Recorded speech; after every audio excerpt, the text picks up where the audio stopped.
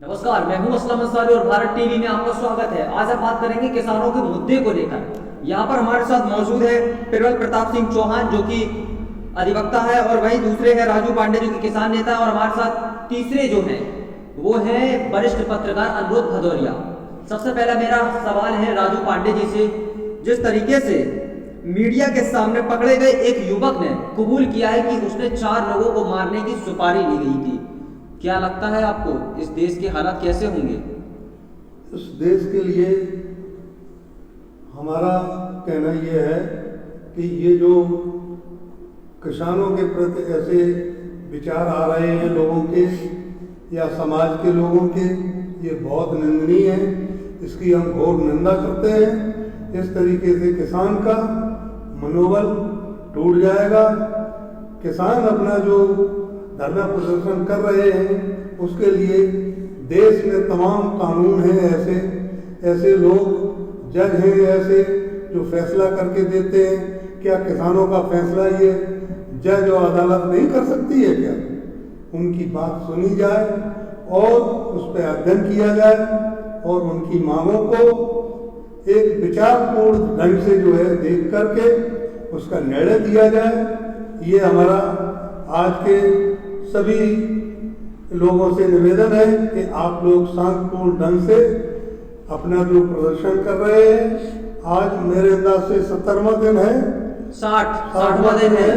जी हाँ, तो किसान और जवान से ही देश महान होता है। लेकिन इस सरकार ने तो किसान और जवान को दोनों को आमने सामने लड़ा दिया। नहीं, किसान और जवान जो लड़ रहे हैं वो आपस में देश में कभी नहीं लड़ेंगे और लड़ने की कभी स्थिति नहीं आएगी।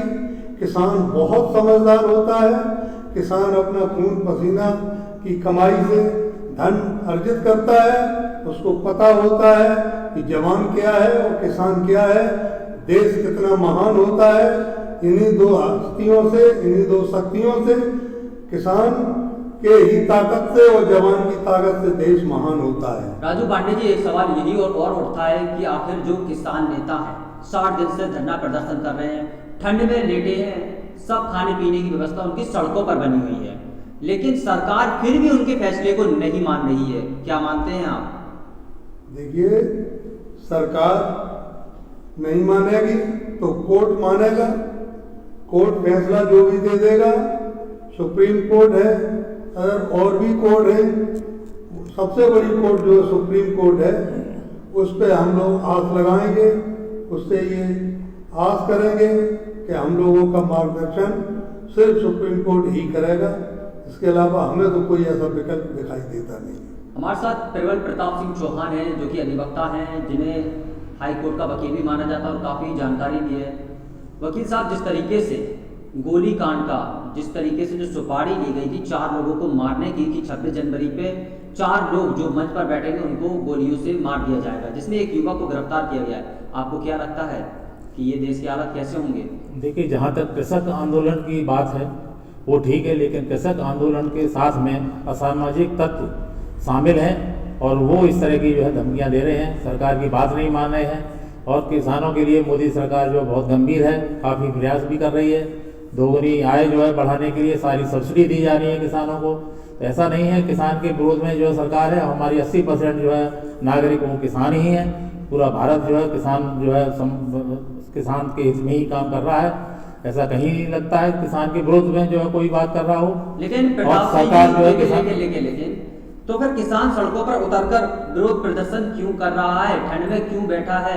सारे किसान संगठन इस चीज का विरोध कर रहे हैं। जी, ये केवल हमारे जो है 2 प्रदेश हैं, पंजाब और हरियाणा, जहाँ पर जो है विपक्षी सरकारें हैं, विपक्ष के नेता ये सब जो है करा रहे हैं। अदरवाइज जो है पूरे देश के किसान खुश हैं और ऐसी जो कहीं से भी जो है रैली या धरना या प्रदर्शन की शिकायतें जो है सुनने को नहीं मिली हैं। केवल यही 2 प्रदेश हैं, क्योंकि ये जो है जाट बाहुल्य प्रदेश हैं, ऐसे बहुत रहते हैं और यहाँ के किसान जो है नाम मात्र किसान हैं, किसानों के नाम पे फायदा लेते हैं और ये व्यापार और आड़तिया और कमीशन खोरी, दलाली, ये सब इनके जो है ब्लड में है। तो ये जो है देश के प्रति संवेदनशील नहीं है और देश में विद्रोह कर देश को जो है तबाह करने के इरादे प्रकट कर रहे हैं। हमारे साथ एक वरिष्ठ पत्रकार मौजूद है, अनुरोध भदौरिया। अनुरोध, क्या लगता है तुम्हें, देश के हालात कैसे होने वाले हैं? जिस तरीके से युवक को गिरफ्तार किया जाता है, वो मीडिया के सामने कबूल भी करता है कि उसने 4 लोगों की सुपारी ली है। कहीं ना कहीं भारत सरकार की पुलिस जो है वो ढीलापन अपनाने में देखने को मिल रही है। क्या लगता है आपको? असलम बहुत ही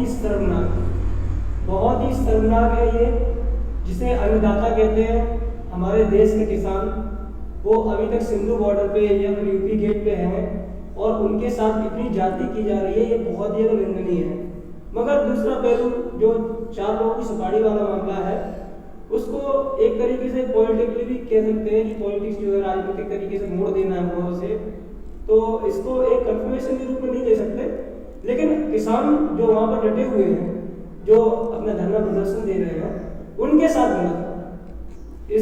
इसके लिए हम बिल्कुल सहमत नहीं है सरकार से और उनको बात करनी चाहिए। और दूसरी बात यह है कि अगर आप सही हो, आपने बिल अच्छा बनाया, ठीक है, तो आप किसानों को या जनता को समझाने में नाकाम क्यों है? क्यों नहीं समझा पा रहे अपनी बात? राजू पांडे जी, जिस तरीके से हमारे जो सहयोगी थे उन्होंने सवाल किया है कि जो किसान नेता हैं, यानी कि जो सरकार ने जो कृषि कानून लागू किया है, वो सरकार किसानों को क्यों नहीं समझा पा रही है? असल में यह है कि किसान जो है एक्चुअली उस सतह पे नहीं पहुंच पा रहे हैं, या सरकार उस सतह पे नहीं पहुंच पा रही है जिस पैराग्राफ पे बात होनी चाहिए। उसमें उधर भी काफ़ी बुद्धिजीवी लोग हैं, इधर भी वकील और बढ़िया लोग, पढ़े लिखे लोग हैं। ये अपना सामंजस्य बैठा के अपना ये डिसीजन ले लें तो ही इसमें बात बनेगी, वरना इसमें कुछ खामियां जो है किसानों के अंदर भी हैं, जो अपनी बात पे अटल है और मान नहीं रहे हैं सरकार की बात। सरकार की बात जो है माननी चाहिए, क्योंकि सरकार जो है कभी किसी का आयत नहीं करती है। उसे देश और प्रदेश, पूरा भारत देश देखना है, और वो सरकार अपने स्तर से कोई कानून अगर लाती है तो उसको जो है मानना चाहिए। हाँ, उसमें किसानों को अहित नहीं होना चाहिए, बस हमारा। लेकिन सरकार की ये कमी देखने को मिलती है। आपको क्या लगता है कि सरकार ने जो कृषि कानून लागू किया है, वो सबसे पहले किसान संगठनों से क्या बात नहीं कर सकती थी? अगर वो संगठनों से बात करती तो ये नौबत नहीं आती। 60 दिन से देश का किसान, अन्नदाता सड़कों पर पड़ा है। नहीं, जब कोई सरकार जो है ऐसा कानून लाती है तो पूरे भारतवर्ष में उसका विरोध होना चाहिए। ऐसा तो नहीं हो रहा है। 2 प्रदेशों में ये विरोध चल रहा है। इस विरोध को क्या 2 ही प्रदेश समझ रहे हैं? पूरा हिंदुस्तान नहीं देख रहा है क्या? नहीं समझ रहा है। तो आपको क्या लगता है जो कृषि कानून लागू हुआ है वो सही है या गलत है? ये कृषि कानून जब सरकार ने बनाया है तो मैं तो समझता हूँ सब एक टीम बनी है, पढ़े लिखे लोगों का एक समूह है। उन्होंने किसान की अनदेखी नहीं की होगी, मैं तो ये समझता हूँ। किसान को अगर उसमें बिल में कोई कमी है तो एक आध कमियां दूर भी की जा सकती हैं, लेकिन आप तो ये कह रहे हैं पूरा बिल कैंसिल कर दो। पूरी बात को हमें समझने के बाद भी आप नहीं मानने को तैयार, इसकी मानी आप जिद पे अड़े हुए हैं। लेकिन पांडे जी, जिस तरीके से जो कानून, जो कृषि कानून है लागू किया गया है, आखिर उसमें कुछ ना कुछ तो कमी होगी। जब सारे ही संगठन, किसान संगठन उस चीज का विरोध कर रहे हैं, क्या कारण है? आप भी किसान नेता हैं, खेती से जुड़े हुए। अगर एमएसपी आपके यहाँ पर जो लागू होती है तो आपको उससे फायदे होंगे या घाटे होंगे? नहीं, देखो, जब भी कोई कानून बनता है तो उसमें कुछ घाटा भी होता है, कुछ फायदा भी होता है। तो मैं तो ये समझता हूँ किसानों को जब कोई लॉस या घाटे की सौदा हो तो उस बिल को हटा देना चाहिए। किसानों को हमेशा लाभ वाली एक स्कीम बनानी चाहिए सरकार को। मैं माननीय पांडे जी से बोलना चाहूँगा, माफी चाहता हूँ बीच में बोला मैंने, कि आप कह रहे हो कि किसान बिल का समर्थन कर रहे हो। एमएसपी में आपको कितना फायदा मिला? आप ही किसान है, आपने धान बेचा होगा, कितना फायदा मिला आपको? एमएसपी का फायदा हुआ आपको? नहीं, अब उसमें जैसे मान लो ये कमी आई है तो इस कमी को जो है हम मानते हैं कि लोगों ने जो है थोड़ा सा, किसान जो है धान के मामले में पिछड़ गया है। धान की क्रॉप्स में किसान को बहुत बड़ा घाटा हुआ है। कृपया सरकार से फिर ये हम निवेदन करते हैं कि इस बिल को जो है बहुत साफ स्वच्छ बना के। मेरे कहने का मतलब है कि हमेशा सरकार बहुत बनी है और बनती भी है, ये भी सरकार ठीक है, गवर्नमेंट अच्छी है, गवर्नमेंट से कोई भी वो नहीं है, बट ऐसा लगता है कि सिर्फ इनके पास दो ही पहलू है, एक नास्तिकता, एक आस्तिकता, मगर जो सच है जिसे वास्तविकता कहते हैं वो नहीं है। वास्तविक कुछ और होता है। आप कह रहे हैं सबका साथ सबका विकास अच्छा है, लेकिन कभी आपने निचले स्तर पे आके देखा ही नहीं है कि विकास सबका है कि विकास ऊपर वालों का ही है। क्या कहते हैं? देखिए, विकास की बात तो ये है कि जो भारत देश में विकास हो रहा है वो मेरे अंदाज से जो है एक युद्ध स्तर पे विकास हो रहा है। ठीक है, ये थोड़े थोड़े विकास जो है जब गांव देहात की तरफ आते हैं तो ये जो है धीरे धीरे आएंगे, विकास भी होगा, देश का बहुत बड़ा विकास हो रहा है।